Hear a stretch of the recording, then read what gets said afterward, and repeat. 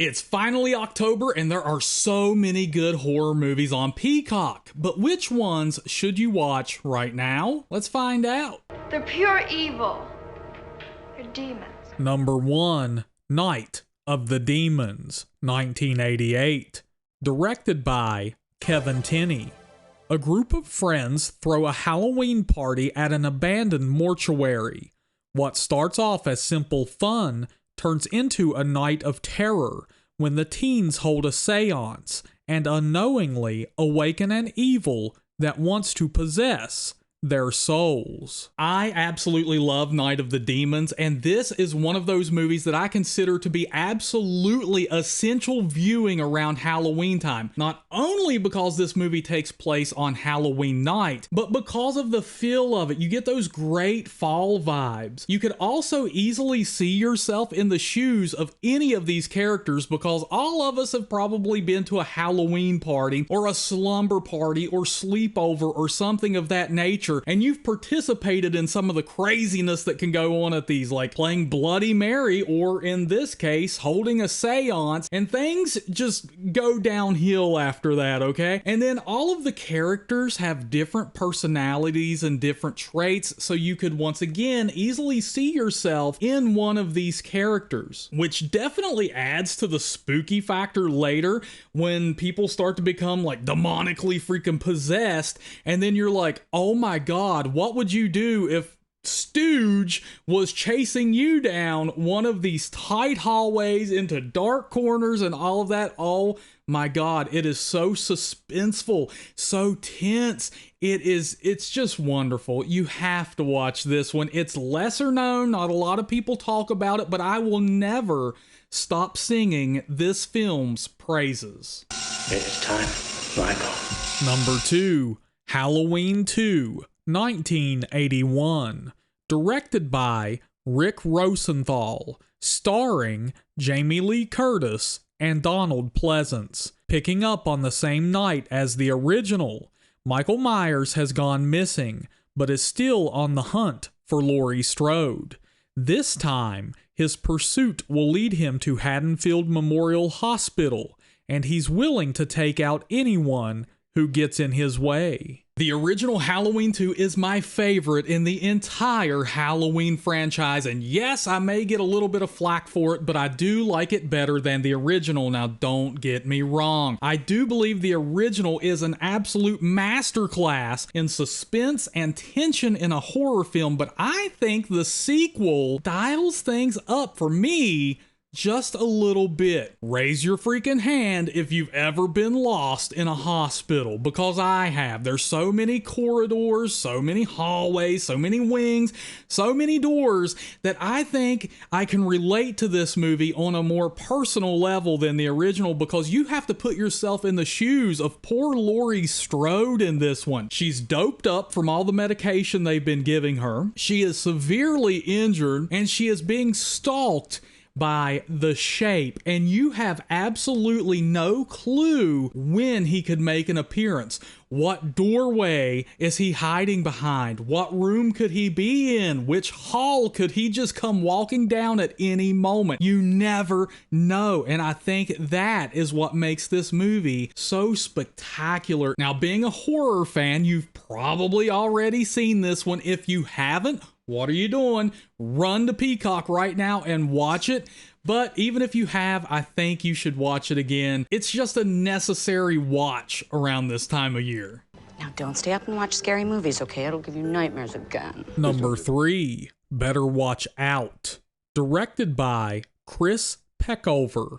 Starring Olivia de Jong and Ed Oxenbould. Christmas is in the air, but that doesn't mean everything's jolly and bright. A babysitter fights for survival against unknown intruders while protecting the 12-year-old boy she's been left in charge of. However, she soon discovers this is no ordinary Home Invasion. I am a real sucker for Christmas horror movies. I don't know if it's the aesthetic, I don't know if it's blood on the snow, I don't know if it's all of the above, but I really enjoy them. And Better Watch Out is the newest film on the list, and I don't hear it being discussed much at all. This is a real sleeper. I think everyone should check it out. I think it is a really fun movie. We have Ed Oxenbould and Olivia de-Jong, who you may remember as the brother and sister pair from The Visit. Well, they return in this film, and their on-screen chemistry is just great. All of the characters are very memorable, and just the goofy stuff that they get into is absolutely outrageous. There's a lot of dark humor in this movie and a lot of twists and turns that you're not going to see coming. You are just going to be sitting on your couch saying out loud, WTF, and then things only get better from there. There's so much that goes on in this movie that I'm not going to spoil anything, but man, that Home Alone segment, you'll know what I'm talking about when you watch it, and then I want you to come back to this video and leave a comment and be like, dude, and I'll be like, dude. I'm going to kill you. Number 4, Black Christmas, 1974. Directed by Bob Clark, starring Olivia Hussey and Margot Kidder. During Christmas break, a group of sorority sisters begin to receive anonymous, threatening phone calls from a deranged man. While they don't think much of it at first, as people around them begin to go missing, they begin to suspect a serial killer is on the loose. Right now, you're probably wondering what's going on. I'm suggesting 2 Christmas horror movies in a row this close to Halloween. Well, hey, I did say this was the best horror movies on Peacock, and Black Christmas, I can't leave it off the list. It's just too good. And of course, this is the 1974 Black Christmas, okay? We don't want any of that remake shenanigans from a few years ago. And who knew director Bob Clark, the man who a lot of people consider to have made the greatest Christmas movie of all time, A Christmas Story, could also bring us such an effective, such a dark Christmas horror movie like Black Christmas. Let me tell you something. This movie has one of the most effective scenes in it from any horror movie of all time. I included it at the intro to Black Christmas when the voice over the telephone just suddenly, after all of this hectic stuff, all this mumbo jumbo he's talking on the phone, there's just a moment of silence, and then he very calmly says, almost like he came to his senses for a moment, just says, I'm going to kill you. That has to be one of the most effective scenes in a horror movie ever. It sends chills up my spine every time I watch this film. It's so good. It's a classic, and I'll suggest it over and over again. Check it out. You may think that you're getting off free, but there's other justice in this world besides the law. Number 5, Dark Knight of the Scarecrow. Directed by Frank De Felitta, starring Larry Drake. In a small southern town, 4 vigilantes wrongfully execute a mentally challenged man, but after the court sets them free, mysterious accidents begin to kill them off, one by one. This was a made-for-television movie. It's a total B movie, so I am just going to warn you that the quality isn't going to be the best. You're not going to get to sit back and get to watch it in 4K ultra crisp HD quality, okay? You're going to be doing good to watch this thing in 480p quality. It is going to be a blast to the past for you, but still, that may add to the efficacy of this film because it does get a little bit dark and gritty at times. And it's one of those where you are going to be heavily invested in the outcome because you will want these vigilantes to get their comeuppance. And there's not a lot that I could possibly spoil for you here because it is a total slasher body count movie, but I will say that it is effective. It doesn't get as much attention as I think it deserves. Don't get me wrong. It's not one of the greatest horror films of all time, but it's one of the best on Peacock right now, and I think you should give it a try and let me know what you think about it. It is one of those that I think you'll never forget once you see it, and part of that is because of the performance from legendary actor Larry Drake. He does so good as Bubba. You feel so bad for him, and like I said, you just can't wait for the blood to start to flow in this one. So check it out, and please let me know what you think. Be my victim. Number 6, Candyman, 1992.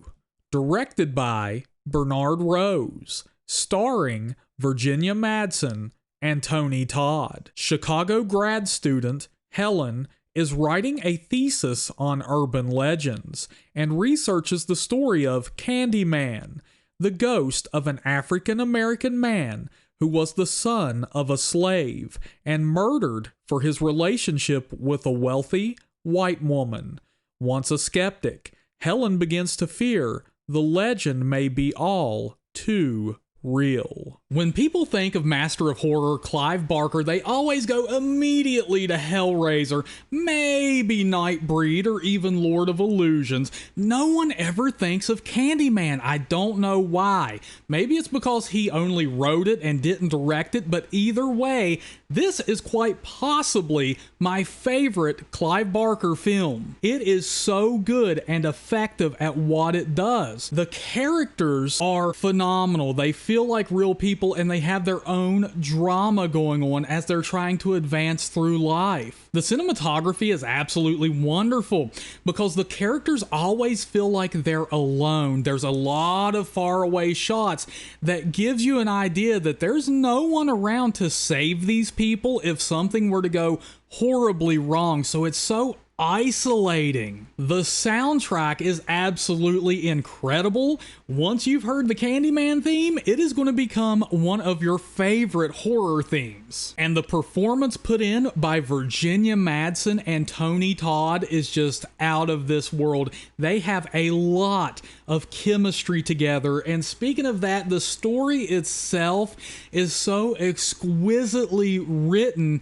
There are so many layers to it that at times you're not even sure who or what to believe because maybe there's an unreliable narrator, maybe there's not. Who knows? But this movie requires the utmost of attention. Sit down, turn those lights off, watch it, and enjoy. But look over your shoulder the next time you go to the bathroom. It's not the house that's haunted. It's your son. Number 7, Insidious. Directed by James Wan.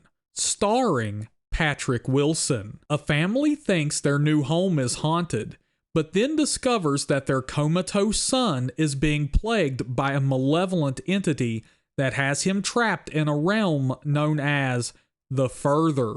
Whenever you see James Wan's name above a movie title, you know you're about to get something freaking epic, and he delivers with Insidious. I am going to be honest here and tell you that at first, I didn't like this movie. I wasn't that crazy about it because it was shaping up to be one of the greatest haunted house movies of all time, and then they go into The Further, which ruined it for me a little bit initially. But that's when I realized that Wan didn't want to just deliver another run-of-the-mill haunted house movie. He wanted to deliver something a little more ambitious. Now later he did give us The Conjuring, which is your typical haunted house possession movie, and I'm glad he did because that's one of the scariest movies I've seen in the past 20 freaking years. But with Insidious, he wanted to give us something a little more like what Poltergeist would have been like had you got to see the dimension that Carol Ann was in. And I think it really paid off. This movie has really grown on me over the past couple of years. And part of that is also Patrick Wilson, who always puts in an incredible performance. It's no wonder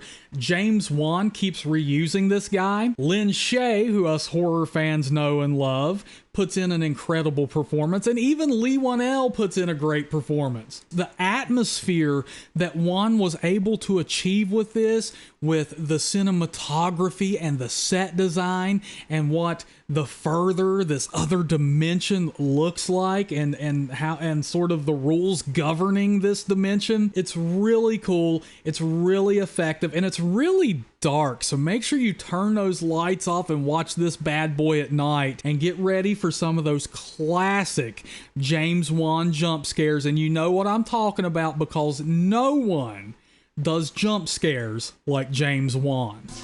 Out by 16 or dead in the scene, but together forever. Number 8, Ginger Snaps, directed by John Fawcett, starring Emily Perkins and Catherine Isabel, tells the story of two outcast sisters in the mindless suburban town of Bailey Downs. On the night of Ginger's first period, she is savagely attacked by a wild creature.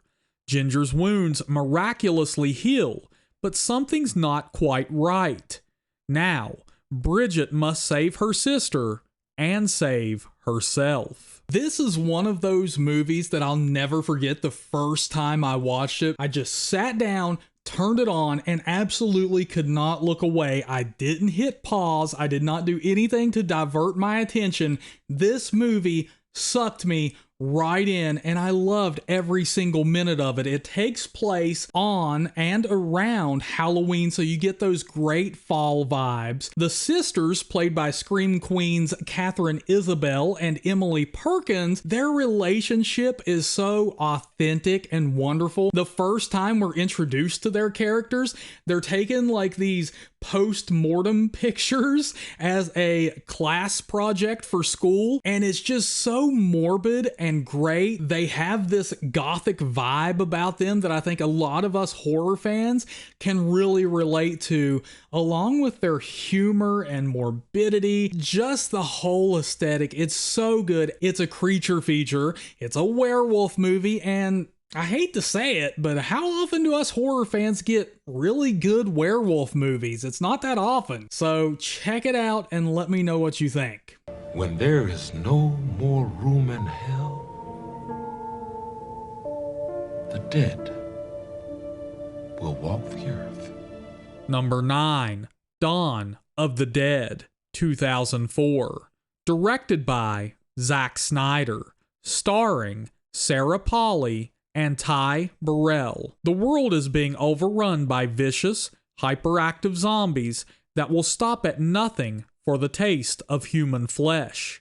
A group of survivors band together and decide to hole up in a mega mall until they're rescued. You better pack a freaking lunch when you sit down to watch Dawn of the Dead 04, because before the early 2000s, we kind of had those slow, shambling, meandering zombies that just kind of scruffed around, until the early 2000s when we got those hyperactive zombies that would stop at absolutely nothing, with movies like 28 Days Later, Weeks Later, and of course, Dawn of the Dead 04. These zombies are brutal, they're fast, they're violent, and they are coming to eat your brains. But also, what makes this movie so fun, how many of you have sat around and thought about being locked in a mall overnight, especially when you were a kid? Of course you always dreamed of having that happen. You'd run around and play with all of the toys, visit all of your favorite shops and all of this stuff. That's what these characters get to do in this movie. The only downside is there's a bunch of undead outside trying to get in that want to eat your brains, so you got to take the bad with the good. Still, action-packed movie, a lot of great practical effects, and some familiar faces that you are really going to enjoy. We all know it isn't what a person looks like. It's what's inside that counts. Number 10, Body Bags. Directed by John Carpenter, Toby Hooper, and Larry Sulkus. Starring John Carpenter, David Warner, and Mark Hamill, an anthology horror film featuring 3 bone-chilling stories. The gas station features a young college student working the midnight shift as she's terrorized by a sadistic killer. Hair tells the story of a man's desperation to reclaim his youth, but things go horribly wrong. The Eye tells the story of a baseball player on his way up who loses his eye in a car wreck, but gets a transplant from a recently executed murderer. I'm a sucker for a good anthology, and Body Bags totally delivers. This is like a Masters of Horror workshop before Masters of Horror, because you have different segments directed by different Masters of Horror like John Carpenter and Tobe Hooper. But not only that, you get a lot of cameos. You're going to get a Raimi cameo, you're going to get a Carpenter cameo, you're going to get a Wes Craven cameo, Tobe Hooper.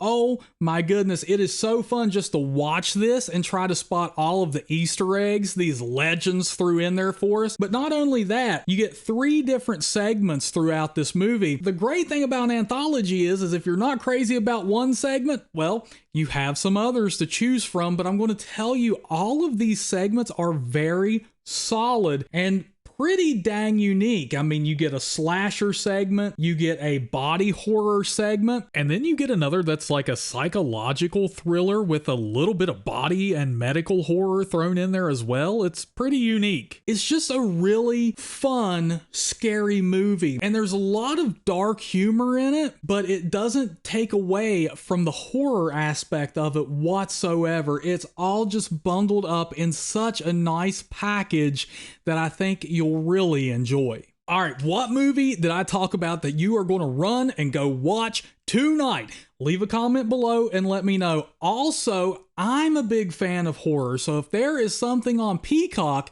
that you would suggest, please let me know and I'll check it out, okay? Come on, we'll work together, we'll be horror fam here, and we'll help each other out. All right, until next time, my friends, look horror, listen horror, talk horror.